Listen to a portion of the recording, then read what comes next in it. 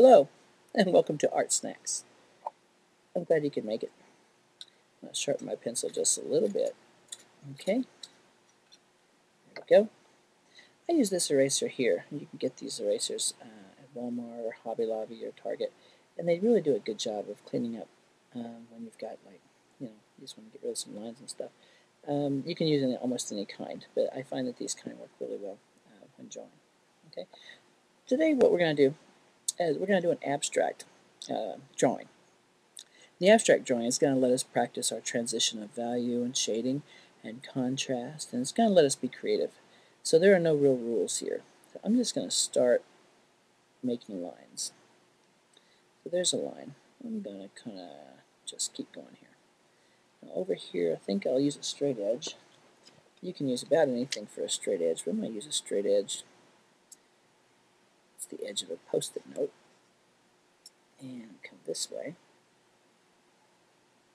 Okay. Now, let's make some circles. Circle, smaller circle, smaller circle. Now inside this shape, I'm just going to make a shape that sort of fills in that negative space. The negative space is the space between things. Okay, so if you're looking at my hand, the spaces between my fingers are a negative space. Okay, and let's start filling in some of this here too. To make it really weird, I'm going to make a letter in here. Here's a letter K.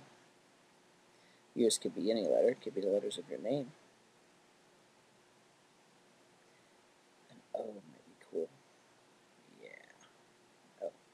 Over here, there's lots of room to do lots of things. So I wonder what I'll do. I think I'll make some lines, and I'm going to repeat them.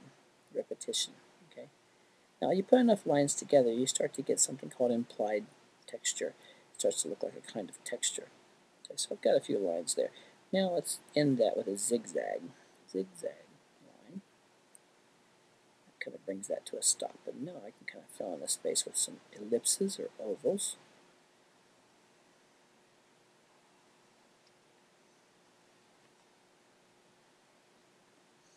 This is sort of a beginning of an abstract composition. Now to get in there and to make it more interesting, I'm going to shade these. It can look like marbles or something.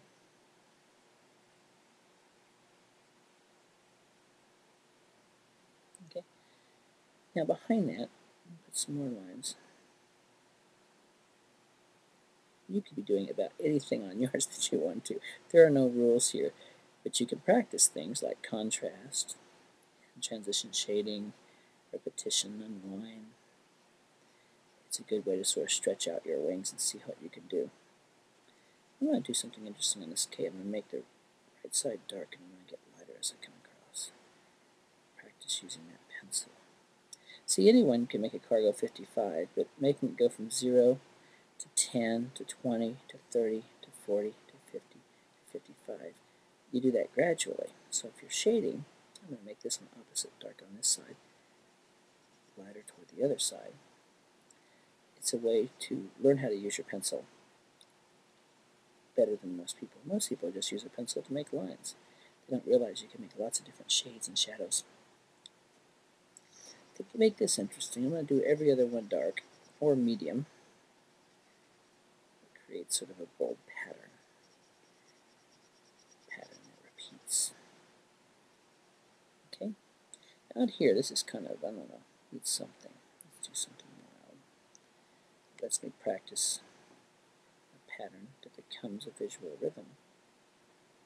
I can do that again, or I could try something else. Let's do circles.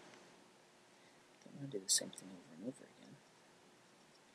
This one could be kind of a pattern you might see on a Southwest Native American piece of pottery.